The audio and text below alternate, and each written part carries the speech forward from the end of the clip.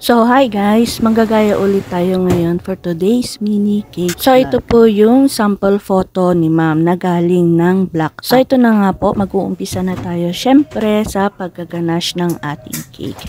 Ang ating flavor ng cake is moist chocolate. Chocolate ganache ang feeling. So, nakikita ninyo sa video na parang anipis ng nilalagay kong mga feeling pero makapal po yan.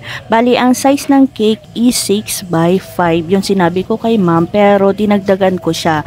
Bali, sa isang mixture is umabot siya ng 6 by 6. At yan nga, at may kataasan ng ating cake. So, kailangan ko siyang lagyan ng support na barbecue stick na tatlo. At para mas maging matibay, yung mga barbecue stick na yun, ibinaon ko sa pinaka drum board ng cake. Tapos, para mas maging matibay pa, nilagyan ko siya ng frosting na chocolate ganache. Malagkit at makapit yan sa cake. So, after niya, lalagay ko yan sa chiller hanggang sa maging firm yung chocolate ganache na nilagay ko. Tapos, ako naman nire-ready dyan yung buttercream na ipapahid ko sa aking cake. Royal Blue Chef Master Gel yung ginamit kong pangkulay sa aking buttercream. So, ganyan lang po ako magpahid ng frosting sa aking cake. Dati, gumagamit ako ng piping bag sa pagpa-frosting ng cake. Mas madali nga naman yon. Kaso, nagkakaroon kasi siya ng air bubbles. Kaya yun, ganyan na yung nakasanayan kong pagpa-frosting. So, yung tirang buttercream na Royal Blue, hinaluan ko siya ng Putraco na black. Tapos nakulangan ako, kaya dinagdagan ko ulit siya ng color blue. Tapos nakulangan ulit ako sa kulay niya, kaya nagdagdag ulit ako ng Chef Master na purple. Kaya ganyan na yung naging kulay niya. Yan, ganyang kulay yung gusto kong i-achieve. Kasi yan yung gagamitin kong pang frosting sa top. Yung ilalagay kong topping niya, ganyan. Tapos gumamit pala ako dyan ng tip na anong tawag doon? Yung star tip, ganun. Hindi kasi ako masyadong familiar sa mga tip. Pero marami akong piping tip na nabili. Yung nga lang, yung iba, hindi ko pa nagagamit. So, next video, maglalagay naman tayo ng mga gold ratchis. Yan. Bali, yung technique na yan, napanood ko sa Reels. Kala ninyo, hindi ako nanonood. Siyempre, nanood ako. Pero, hindi lang ako nag-iiwan ng bakas. Kumbaga, silent viewer ako. Ganon. So, ganyan lang yun. Tapos, siyempre, dahan-dahan ka sa paglalagay kasi nga, soft icing yung ating cake. Iniiwasan nating masundot kasi pag nasundot yan, o diba, masisira na yung view ng ating cake, yung itsura ng ating cake. Ganon. Ito naman yung mahirap sa soft icing kasi kailangan ingat na ingat ka sa paglalagay ng kanyang design.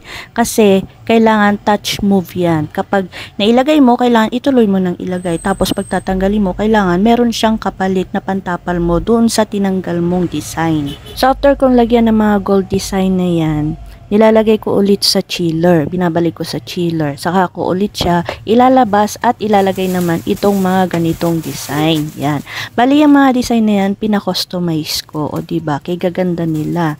Bali, pinakita ko lang kay seller yung sample photo ng aking customer. Tapos yan na. Nagawa naman niya ng maayos. Dito naman sa next video, maglalagay na tayo ng mga toppers. So, yung mga toppers, nalagyan ko na ng mga stick. Bali, itutusok na lang natin ng itutusok dun sa ating cake. So, una ko nilagay yung name ni Baby Kailin. Hindi ko yan itinusok ng mabuti para pwedeng tanggalin ni ma'am na walang samang icing. Ganon. Kasi pwede niyang ikip yan tapos gawin niyang album. Lagay niya dun sa album ni Baby. So, bago ko makalimutan, itong cake na to is pang milestone cake ni Baby. Kasi si Baby is 11 months na. Bali, naka-order na dati sa akin si ma'am nung 5 months pa lang si Baby. Tapos ngayon, umulit siya. Bali, si ma'am is taga Paranaque pala. So, itong cake i-deliver pa sa Paranaque. So, medyo may kalayuan yung place ni ma'am dito sa amin. Kaya naman, etong cake na to talaga namang sinecured ko na hindi siya yung mawawasak kasi nga soft icing siya.